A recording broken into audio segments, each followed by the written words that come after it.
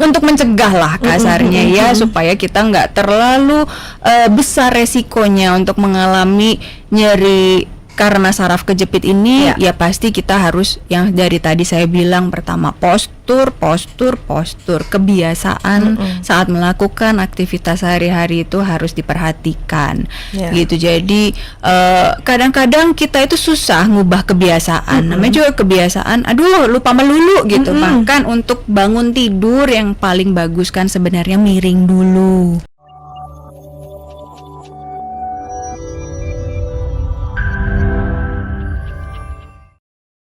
Mau tanya dok, apakah suka mengkretekkan tulang? Kretek itu istilahnya apa ya? Bahasa Indonesia ada nggak sih? Kita suka kretek aja ya, kretek-kretekin tulang gitu, bisa menyebabkan saraf kejepit. Nah pertanyaannya, benarkah yang kretek-kretek itu bunyi tulang sih dok? Ya, jadi sebenarnya kalau kretek-kretek itu bukan melulu berarti wah tulangnya patah nih. Nah itu salah satu gejala kalau misalnya patah tulang, memang kalau kita pegang ada, kita bilangnya krepitasinya begitu. Tapi kalau kretek-kretek karena kita misalnya pegal, lalu habis itu kita ditwist sedikit pinggangnya gitu, terus habis itu bunyi krek, itu biasanya karena ototnya aja. Itu otot kita yang terlalu tegang, begitu kita twist dia relax, ya itu bunyinya dari situ. Jadi bukan berarti kalau begini tulangku patah. Ya belum, ya apa dok? Ya enggak, kalau tulangnya patah nggak bisa kita ketawa-ketawa di sini kasarnya gitu kan. Pasti kan ada gejala-gejala lain gitu. Jadi apakah kretek-kretek bisa bikin saraf kejepit? Ya nggak melulu begitu, bukan berarti cuma masalah itu aja. Si kretek itu jadi langsung bisa saraf kejepit loh. Ya enggak, pasti kan ada faktor-faktor lain juga yang saling istilahnya berkontribusi ke gejala yang muncul dari si saraf kejepit ini. Gitu. Kalau kayak abis ngetik lama terus kita panjangin tangan gitu. Iya. Itu kan kalau misalnya, kalau saya yang penting gerakannya tidak terlalu kasar-kasar. Gitu. Kadang-kadang kan kita pertek-pertek leher gitu sampai kayak mau patah gitu ya. Kalau nggak begitu nggak enak gitu kan. Ya kalau kayak gitu kan resiko kan juga akan makin besar. Apalagi kalau kita udah semakin tua. Iya kan, gitu.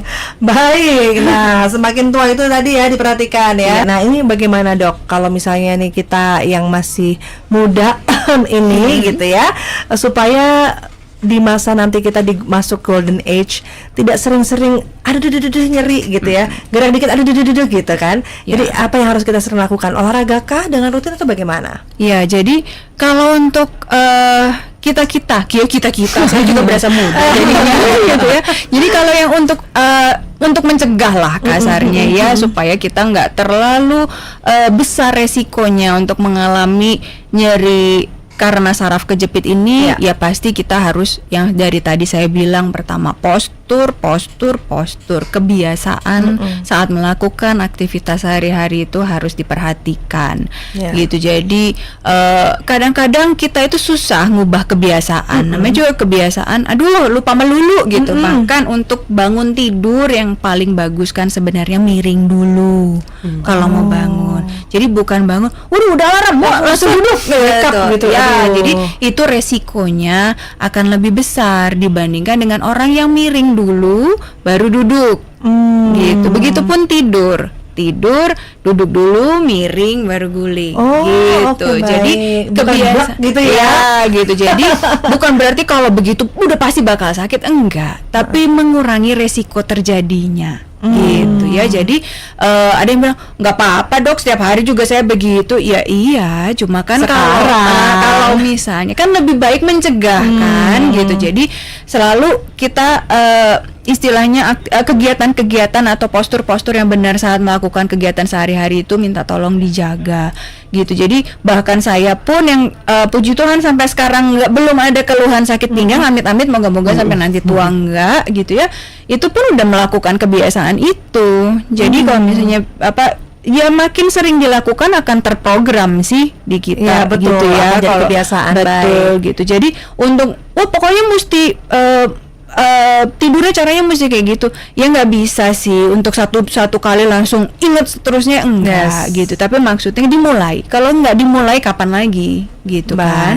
Cara ngangkat barang yang benar gitu, gunakan alas tidur yang baik gitu. Jadi misalnya kalau misalnya ini kita hubungannya ke tulang belakang ya. Kalau misalnya ke tulang belakang itu kan alas tidur juga pengaruh. Jadi kalau misalnya kita menggunakan alas tidur yang sudah lembek terus lama belesek lagi, ya kan, itu kan support tulang belakangnya nggak bagus, sama sekali nggak ada. Ya. Jadi kita sarankan untuk menggunakan alas tidur tuh yang padat,